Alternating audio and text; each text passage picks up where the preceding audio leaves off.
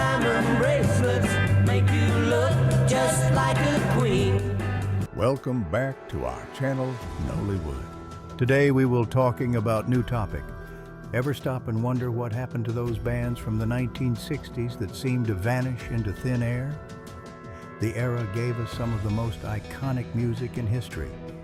Yet behind the massive hits and memorable melodies, many groups burned bright for just a moment before disappearing. In this video, we're diving into 20 fascinating groups that once left a mark on the 60s scene, but eventually slid out of the spotlight. By the end of this journey, you'll see how the relentless music industry, personal struggles, and good old-fashioned luck shaped who survived and who didn't. First, let's start with the McCoys. At the top of our list is a band whose explosive start revolved around a teen anthem so catchy, it became a lasting 60s classic. The McCoys stormed the charts with Hang On Sloopy, a playful pop rock track that shot them to sudden stardom. Overnight, they were teenage favorites, touring across the Midwest and surprising audiences with their youthful energy. Lead guitarist Rick Derringer, then known as Rick Zeringer, stood out for his fearless solos and showmanship. When Hang On Sloopy reached #1 in 1965, it felt like the group was poised to keep churning out hits for years. But quick success can be a double-edged sword. They scored a few follow-up singles, yet none of them echoed the phenomenon of their debut. As tastes shifted, the McCoys found themselves struggling to reinvent their sound. Internal disagreements added pressure, and before long, the group faded from mainstream charts. Fortunately, Rick Derringer emerged later with a strong solo career, proving that fleeting success can still set the stage for new beginnings, even if the original band never quite recaptured the magic. The Box Tops is our second band. Next up is a Memphis band whose soulful style defied their fresh-faced, unassuming look. The Box Tops. They made a massive splash with The Letter, a raw, heart-grabbing tune that topped the charts for 4 weeks. Frontman Alex Chilton's deep, gritty vocals brought surprising maturity, especially given he was still in his teens. Riding this high, the band followed with Cry Like a Baby, another chart success that confirmed they weren't just lucky on their first try. The Box Tops thrived on blending Memphis soul with pop catchiness, and for a time, it worked brilliantly. But hectic touring schedules, internal changes, and the unrelenting demands of the music business eventually proved too much. Chilton later found a dedicated cult following with the band Big Star, which shaped the power pop scene. Meanwhile, the Box Tops quietly dissolved. Their impact, however, left a mark on 60s rock, showing how one track can propel you to the top in a matter of days, and how quickly that vantage point can slip away. Transition. Plenty of bands like these first three shot up the charts in a heartbeat, only to land just as quickly back on Earth. But the whirlwind of the 60s churned out more hopefuls, some nearly lost to history. Let's keep going. We also got the Peppermint Rainbow. In Baltimore's music scene, the Peppermint Rainbow glittered briefly with a sweet, uplifting sound often called sunshine pop. Their breakout single, Will You Be Staying After Sunday, brought them national attention, peaking respectably on several charts and playing on radio stations coast to coast. Despite a few appearances and decent album sales, the band's momentum slowed right after this single ran its course. They'd started as a group named New York Times, impressing local crowds and eventually winning over a producer who signed them to Decca Records. Yet despite the early signs of success, public interest cooled. The 60s was a decade in flux. New trends emerged every few months, and the Peppermint Rainbow's bright style was soon overshadowed by more rock-oriented acts. They left behind a handful of pleasant, summery tracks that evoke feelings of a carefree era, but Their time in the limelight was regrettably short. There is also Spiral Staircase. If you've ever hummed along to More Today Than Yesterday, you've already encountered the sparkling legacy of Spiral Staircase. Formed in the 1960s and discovered by influential producer Gary Usher, this band rode a wave of optimism with a tune that continues to get radio play on oldies stations. Their name was a quirky adaptation from the classic film The Spiral Staircase, an attempt at a modern 60s twist on spelling. Despite that early triumph, their follow-ups slipped through the cracks. More Today Than Yesterday remains a staple in nostalgic playlists, yet the group itself never found that second big breakthrough. Record label pressures and creative differences played a role, but it's also possible they were a little too pure sunshine for a music landscape shifting toward heavier rock. While their cheerful track still endures, the band behind it became a one-hit wonder footnote, destined for cameo appearances on retro music compilations. Can't forget The Left Bank. If you fancy orchestral flourishes in your pop songs, The Left Bank might have been your cup of tea. Often labeled Baroque pop, they were defined by layered strings, melodic keys, and soaring vocals. Their signature track, Walk Away Renee, hit number 5 in 1966, capturing a soft, haunting quality that felt fresh among more straightforward guitar bands. Despite the strong start and another minor hit, Pretty Ballerina, this group struggled with poor management and disputes among members, classic pitfalls in an era of quick deals and questionable contracts. They also hopped on and off the reunion train more than once, cutting a song here or there from movie soundtracks. Although the constant internal conflicts overshadowed their potential, the Left Bank left behind some truly lovely Baroque-influenced songs that continued to enchant niche audiences. Whether it was sunshine pop or lush symphonic stylings, each group tried to stand out. But sometimes, the very thing that made them special also fueled their downfall. The next few bands fared no better. The Buckinghams. From Chicago came the Buckinghams, who burst out with Kind of a Drag, a title that ironically hinted at anything but. This catchy tune claimed the #1 spot on the national pop charts, effectively branding them as one of the hottest young bands in America. They followed it with Don't You Care, Susan, and other singles, maintaining a steady chart presence throughout 1967. Then came the usual trifecta of trouble: misaligned record deals, lineup shuffles, and shifting listener tastes. Despite great TV exposure, from The Ed Sullivan Show to American Bandstand, the band couldn't hold on to their initial success for more than a few years. By the dawn of the 70s, the Buckinghams called it quits, only to reunite in various forms decades later. They remain a nostalgic favorite in the Midwest, illustrating how one massive single can define a band's entire legacy. But behind every chart, success lies an often unseen struggle. Here are a few groups who tasted major highs, only to find themselves overshadowed by the very industry that once embraced them. The Fortunes.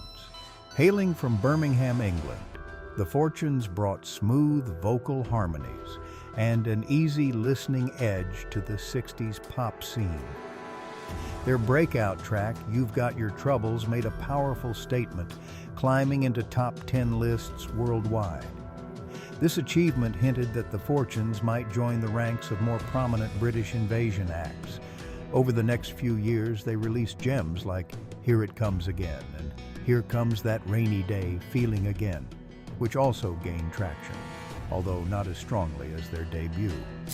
Band member shakeups and an evolving music scene chipped away at their chart presence. While they didn't vanish overnight, they struggled to reach those earlier heights.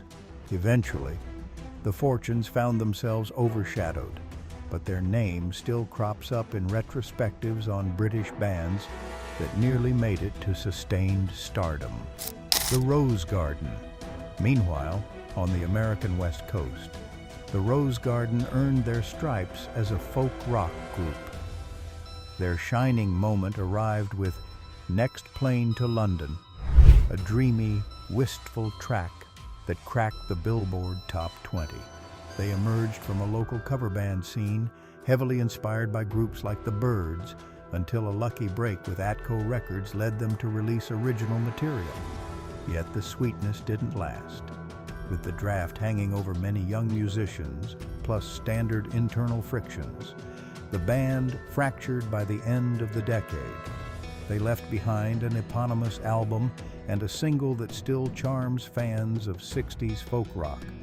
It's a classic example of how a single big hit can open doors, only for reality to slam them shut soon after. The Crazy World of Arthur Brown. In a decade known for flamboyant stage acts, few were as dramatic as the crazy world of Arthur Brown. Frontman Arthur Brown's shock factor included face paint, hellish costumes, and a fiery helmet that once caused real mayhem on stage. Their single, Fire, shot to #1 in several countries, fueled by Brown's booming vocals and the band's swirling organ-driven sound. But that theatricality was both a blessing and a curse. While it initially set them apart, it also made it tough to maintain a consistent tour schedule without logistical chaos. Brown's intense style strained relationships within the band, and it wasn't long before the group began to splinter. Despite their abrupt fade, Fire left a lasting imprint, often cited as a precursor to later shock rock artists who embraced over-the-top visuals. Some soared to the top with unstoppable singles. Others relied on stage spectacle. Each path had pitfalls, onward to more stories of sudden success and swift decline. The Beau Brummels. If anyone can be called underrated pioneers, it might be the Beau Brummels. They rose out of San Francisco with a distinctly American twist on folk rock. In fact, some credit them as the first mainstream U.S. answer to the British invasion. Tracks like Laugh Laugh and Just a Little reached respectable spots on the charts, thanks in part to the production talents of Sylvester Stewart, later known as Sly Stone. Still, a mix of unfortunate management decisions and health concerns, primary songwriter Ron Elliott dealt with serious issues that kept him from touring, kept them from building on their momentum. As the 60s ramped up, the competition grew fiercer. Despite never achieving the status of the Byrds or the Beatles, the Beau Brummels influenced the nascent folk rock genre, showing that a homegrown sound could hold its own against imported sensations. Classics. Stepping into a smoother, sax-infused vibe, Classics 4 brought us Spooky, Stormy, and Traces, each a staple on oldies radio to this day. Fronted by Dennis Yost, the band had a knack for fusing breezy pop with a jazzy undercurrent. The moody sax in Spooky in particular gave them an identifiable, almost haunting style. For a few years, the group had consistent chart presence. But as the 70s neared, rock was getting heavier, and the gentle approach of Classics 4 seemed outdated. Yost tried various reconfigurations of the band, but nothing stuck. They're now a prime example of a late 60s pop act that soared quickly and found it hard to adapt once the era of flower power gave way to grittier trends.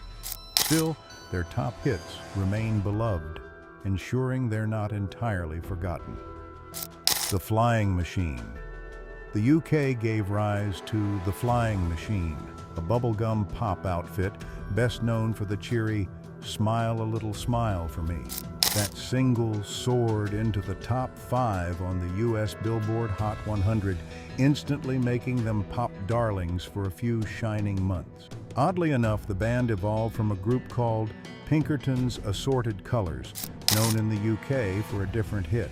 Yet success in the US didn't automatically mean staying power.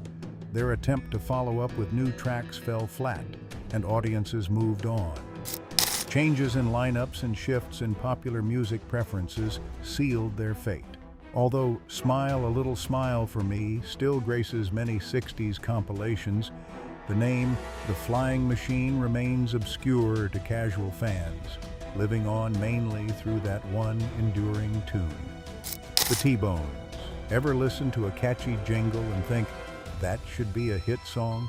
The T-Bones turned that idea into reality by expanding an Alka-Seltzer commercial tune into No Matter What Shape, Your Stomach's In.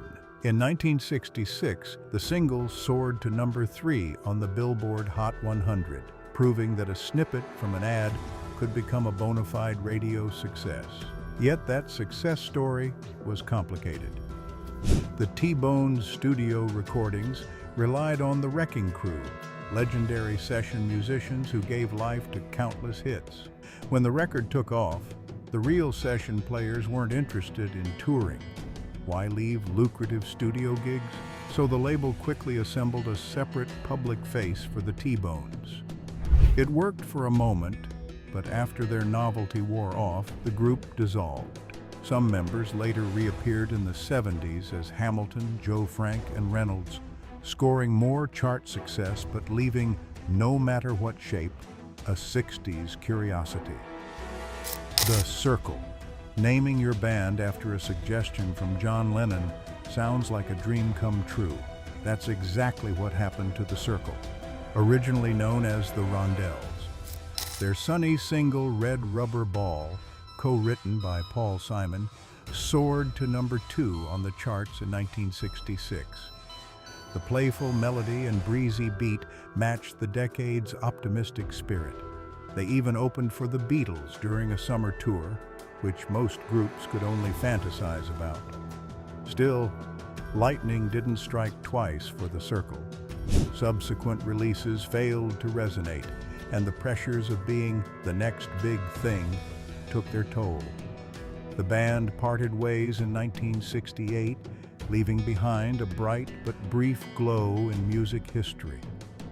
They're sometimes name-checked in discussions about Beatle-adjacent acts, but for many casual fans, Red Rubber Ball is their only claim to fame. 4 Jacks and a Jill. Across the Atlantic in South Africa, 4 Jacks and a Jill rose to international prominence with Master Jack, a simple yet catchy pop tune that topped charts in multiple countries, including the U.S. adult contemporary listing. Their origins date back to a group called the Nevadas, where they were among the first South African bands to embrace longer hair in a conservative scene. After Master Jack, their follow-up efforts in the U.S. never gained comparable traction, though they continued scoring hits back home. They also produced educational and children's songs in later years, showcasing a commitment to local communities. For international listeners, they remain a 1 or 2 hit wonder, overshadowed by the bigger waves of the British invasion and American rock. Whether sparked by jingles, Beatles connections, or cross-continental flair, these bands each had a fleeting moment to shine. Next, we look at groups who saw an opportunity slip right through their fingers. The Seeds. Raw, edgy, and unfiltered. The Seeds embodied the DIY garage rock ethos. Their biggest claim to fame, Pushing Too Hard, pulsed with jagged guitars and vocalist Sky Saxon's raspy yowl. Released in 1966, the single captured a rebellious spirit that matched the budding counterculture. The Seeds leaned heavily into a psychedelic direction, which set them apart from more polished acts. Unfortunately, pushing musical boundaries didn't always translate to consistent record sales. Their subsequent singles and experimental albums lacked mainstream appeal, and the group broke apart around the turn of the decade. In hindsight, They've become cult favorites among garage rock aficionados, recognized for influencing later punk and psych rock bands. Even if mainstream audiences only recall Pushing Too Hard. One missed chance or one big breakthrough can define a band's entire trajectory. But some groups did taste the absolute top of the charts. Let's see who else soared high, only to slip away. Jimmy Gilmer and the Fireballs. Sugar Shack is one of those earworm titles that can spark instant nostalgia. Jimmy Gilmer and the Fireballs released this track in 1963, and it promptly lodged itself in the #1 spot for 5 consecutive weeks. The peppy tune, complete with a feel-good guitar riff, became emblematic of early 60s pop before the British invasion shook things up. They landed a second hit, Daisy Petal Pickin', but it didn't climb nearly as high. Over time, the explosion from Sugar Shack dwindled, and the group found itself overshadowed as new musical styles flooded the market. Though they periodically reunited, their place in music history remains anchored almost entirely to that sugary, playful single that once captivated the country. Mercy. Florida's own Mercy rode a wave of tenderness and melody with Love Can Make You Happy, which nearly captured the top Billboard spot in 1969. The gentle ballad soared to #2, overshadowed only by an immense wave of other chart contenders in a year of fierce competition. The success story turned complicated when different record labels and competing versions of the band's album appeared on the market, leading to legal tangles.